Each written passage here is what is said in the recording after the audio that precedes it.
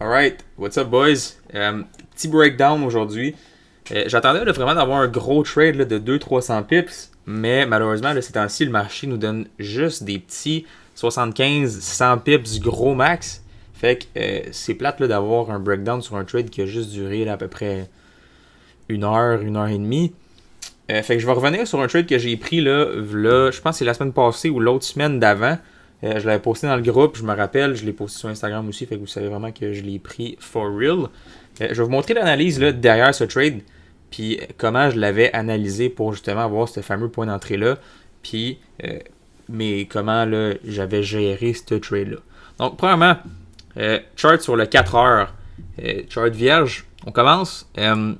Les niveaux de liquidité qui sont intéressants, mais premièrement là, ça, c'était là, le previous all-time high. Donc, c'est vraiment là, un niveau là, qu'on n'avait pas été vraiment retesté à part là, avec cette wick-là ici. Donc, c'est un niveau qui était très important pour l'achat. Donc, qu'est-ce qu'on commence par faire? Ben là, notre niveau, là, c'est assez un gros niveau. Probablement là, que c'est autour là, de tout ça. Comme ça. Donc, gros niveau de liquidité. Gros niveau de liquidité sur le 4 heures. Une fois qu'on a mis là, notre niveau principal, ben là, après ça, là, clairement, on aurait là, celui-là qui est le nouveau all-time high, veut pas. Puis ensuite, là, on aurait quelque chose comme celui-là ici. Avec là, cette wick-là, ces wick-là ici. Donc, beau niveau. Ce serait là juste ceux-là que je tracerais parce que ça ne sert à rien de se mettre là, les niveaux plus bas comme ça. On est en 4 heures, donc ça va prendre probablement quelques jours avant que ça descende jusqu'ici. Trendline. Qu'est-ce que tu fais là? On a là une belle wick ici. Donc, ce que tu veux faire, premièrement, c'est mettre une trendline pour qu'on trouve une third touch avec ce sommet-là. Donc, le prochain wick, ça va être celle-là. Donc, tu pars ta trendline d'ici. Tu l'amènes comme ça ici, ça nous donne là un beau uptrend. Puis je pense même qu'on avait une genre de petite channel. Si tu fais un genre de clone comme ça, là, tu peux voir que ça fait du sens parce que justement, là, check, tu as ce sommet-là, celui-là, puis celui-là ici qui respecte la channel. Donc, pas besoin de la mettre, mais juste pour dire que cette trend-là est clairement valide. Une fois que tu as tracé là, ce qui est trendline, ce qui est niveau clé, on passe au fib. Fibs, il y en a une coupe qu'on peut mettre. Donc, premièrement, là, le plus récent, donc il va partir de ce lot-là ici jusqu'à celui-là ici.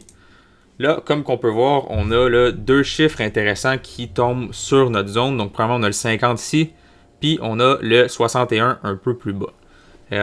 On peut rajouter un autre fib aussi. Je vais le mettre un petit peu le plus petit, celle-là. Donc, comme ça. Un autre fib, celui-là ici. Fait que là, c'est vraiment le plus bas fibre en 4 heures. Fait qu'on va mettre celui-là comme ça ici. Puis là, celui-là, c'est assez tricky parce que techniquement, là, tu pourras en mettre là, deux autres. Donc, tu pourras en mettre un qui part de ce lot-là ici. Puis, tu pourrais même en mettre un là, qui part de celui-là ici. Donc, tu pourrais là, avoir 4 fibres pour un niveau de upside, mais là, tu ne verrais même plus de chart, tu verrais juste des fibs. Donc, je regarde. Ce que j'aime faire, moi, c'est que quand j'ai un niveau clé que de un, j'aimerais acheter, ben, je me cherche le plus de confluence sur ce niveau-là. Donc, ce que je fais, c'est que je vais chercher le plus de confluence là, sur ce niveau-là ici, puis ce niveau-là ici. Premièrement, là, on a le 88 ici, donc ce qu'on pouvait faire, là, c'est monter cette zone-là un petit peu, descendre, monter ça aussi comme ça. Donc, on avait la zone parfaite sur le 88. Ensuite, le deuxième fib, comme que si je le pars ici, malheureusement, là, tu vois qu'il n'y a pas énormément de confluence pour le niveau du premier trade qu'on veut. Fait qu'on a le 38, malheureusement, il est un peu bas. Fait que ça ne sert pas à grand-chose d'avoir ce fib-là. Le 50, par contre, il est beau pour notre deuxième zone, avec le 88, mais pas pour le premier trade. Fait que ce qu'on peut faire, tu essayes avec celui-là, voir ce que ça donne. Là, on a un 38 ici, qui est là un petit peu plus dans notre zone, qui serait matché avec le 61. Mais le plus beau, ça serait le partir là, vraiment du dernier ici. Fait que comme ça ici. Fait que là, on a vraiment là, un match-up du 38, du 61, si ça brise là, le 50 ici. Fait que ce qu'on fait maintenant, c'est qu'on va sur le plus petit time frame. Fait que j'irai sur quelque chose comme le 1 heure. Je sais pas si, à cause du mode replay, on est encore à bonne place. Je pense que oui. Fait que oui. Fait que là, on a nos zones de tracé. Premièrement, là, on avait le fib 50 qui était notre première zone. Donc, à voir. Fait que là, on va regarder. On a le marché qui commence. Donc, boum. On voit qu'il descend. On est allé sur notre zone de fib 50. C'est pas le trade en question qu'on backtest, là. C'est l'autre du 61 après. Mais je me rappelle aussi qu'on l'avait pris, puis je pense qu'on s'était fait sortir à break-even, si je me trompe pas. On avait été capable de prendre là, quelques profits. Fait que ce qu'on va faire, c'est se mettre sur le 15 minutes pour mieux comprendre, là, puis plus voir assez précisément. Donc là, on a là, vraiment un beau downside comme ça. On peut accélérer un peu. Finalement, il n'y a pas eu de follow-through, donc je pense qu'on s'était fait break-even au fib 50. Après ça, belle zone ici, là, en 1 heure, là, on va voir le trade. Là. En 1 heure, on a, le 1 heure est venu ici, il est touché la third touch de la trendline, notre gros fib 38 ici, plus le fib 61. Fait que là, sur le 5 minutes, là, c'est le temps. Je pense que je vais ouvrir un autre chart, puis on va aller sur le 5 minutes, ça va être moins compliqué. Bon, on est maintenant sur le 5 minutes. On arrive là, on a venu là, donner une structure sur le 50. Donc une mini-structure, on est sur le 15. Je pensais qu'on était sur le 5. 2 secondes. Alright, là ça fait plus de sens. On est sur le fib 50 ici. On est venu donner là, une petite structure. Donc toutes les bails, le fib 50, là, ça c'était le bail parfait. On l'avait pris sur le Discord. Qu'est-ce qu'il est venu faire là? Ben, premièrement, il est venu donner une réaction directe sur le fib 50. Il est monté, il est venu le retester. Puis probablement que si tu as une entrée agressive, tu aurais pu rentrer autour de celle-là. Tu mets ta stop loss en dessous de là, tu te fais wake out, tu perds genre 10 pips. Puis là, tu vois que la wake out, dans le fond, elle vient là pour closer inside. Donc, ce que tu aurais pu faire, là, c'est que ici, ben, comme j'avais pris dans le Discord, tu prends un buy là, dans ça, tu mets ta stop loss ici, fait qu'un 18, 15, 20 pips à peu près. Puis là, tu pouvais venir target probablement là, un 65. Moi, je me rappelle, j'avais voulu target là, le 106 pips ici. Puis finalement, je m'étais fait break-even. Donc, pas plus grave que ça. Il continue à descendre. On arrive sur notre zone du 61. Donc, qu'est-ce qu'on fait? Ben, comme d'habitude, on attend là, une petite structure sur le 5 minutes. Par contre, cette zone-là, c'est une super grosse zone. Ancienne zone de break retest là, du all-time high. On a une third touch. On a un fib 61, un fib 38. On avait là, les IMA puis MA 200 sur le 1 heure. Bref, c'est une zone là, qui était bourrée de confluence. Fait que ces zones-là, ça peut reverse super quick. Donc, c'est sur ces zones-là que je prioriserais là, les entrées qui sont un peu plus agressives. Fait que ce que j'avais fait, on va avancer le temps. Boum. Là, parfait. Il est venu sur notre zone ici. Clairement, là, je ne rentre pas tout de suite. C'est pas assez là, pour rentrer dans un trade. On attend. Donc, première touche ici. Boum. On rentre pas tout de suite. On attend. Ce que je voulais attendre, c'est genre un retest là, de cette zone ici. Fait que prochaine chandelle. 1. 2. Ici.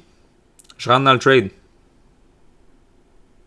Je ne mettrai pas là mon TP final tout de suite, là, mais bref, rentre dans le trade ici. Stop loss autour de 30 pips, donc une plus grosse stop loss vu que c'est un trade assez agressif. Puis, je me rappelle, là, j'étais venu target là, le fib 90, le 88 de là jusqu'à là ici. Mais là, c'est pas tout de suite là, parce que on peut pas vraiment voir puis placer nos fibs, on va revenir après. Fait qu'on va avancer. Un petit peu de drawdown. Puis le trade commence à se former. Donc, nous, on est entré là, ici. Commence. Une fois qu'on est venu briser ça ici, ce qu'on fait, c'est qu'on peut se mettre à break-even. Donc, maintenant, là, le trade était risk-free. Tout ce qu'on peut faire, c'est patienter. Là, qu'est-ce qu'on fait? Ben, on se trouve à un niveau de profit numéro 1. Où c'est qu'on voudrait sortir un petit peu de position? Si je me rappelle bien, là, je voulais en sortir autour d'ici. Je pense que c'était mon premier take profit autour de là. Fait que j'avais laissé rouler un peu. rétraction, petit retest. Il continue de monter.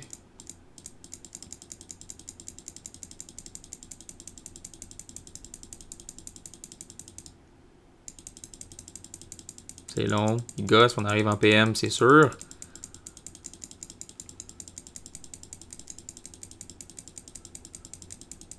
Et voilà. Fait que Take Profit numéro 1 ici.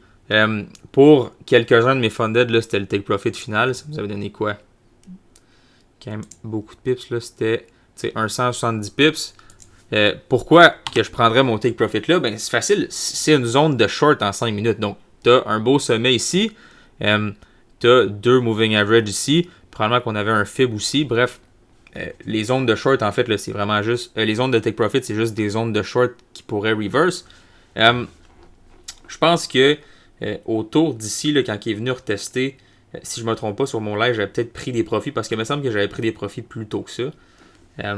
Mais j'avais pris des profits, mais vraiment pas beaucoup. Là. Je pense que j'avais un 4.75 lot.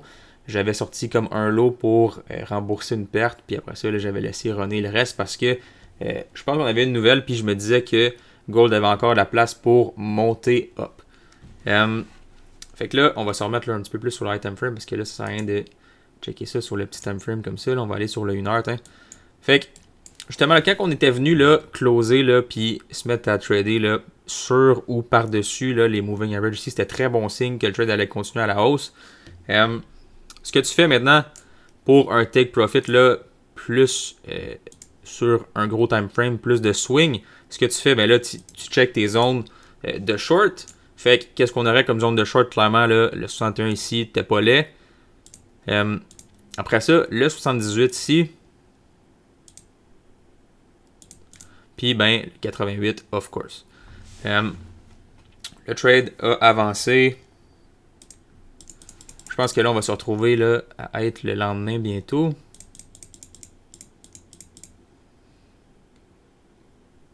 Je pense qu'on avait eu une news ici, là, c'était vendredi. Puis là, ben, soi-disant, là, comment que tu veux gérer ta position. Avant la news, tu aurais pu sortir en full. Moi, je pense que j'avais hold. Ben, en fait, j'avais hold parce que je me rappelle que ma story install, j'avais 3.75 lots encore qui était up là, 270 pips. Mais bref, les take profits, c'est vraiment à votre guise. Là, moi, là, sur les prop firms, j'aime ça sortir plus vite et prendre le plus de profit vite possible. Fait que quand j'ai un montant là, que je suis assez satisfait, ben, je vais sortir. Sur mon live, j'ai plus tendance là, à y aller avec là, des trades qui peuvent se transformer en swing sur mon idée fondamentale. Fait que ce qui se passe là, c'est que moi, mon idée dans le fond, là, c'est que je pensais que Gold allait aller toucher là, les 25-50.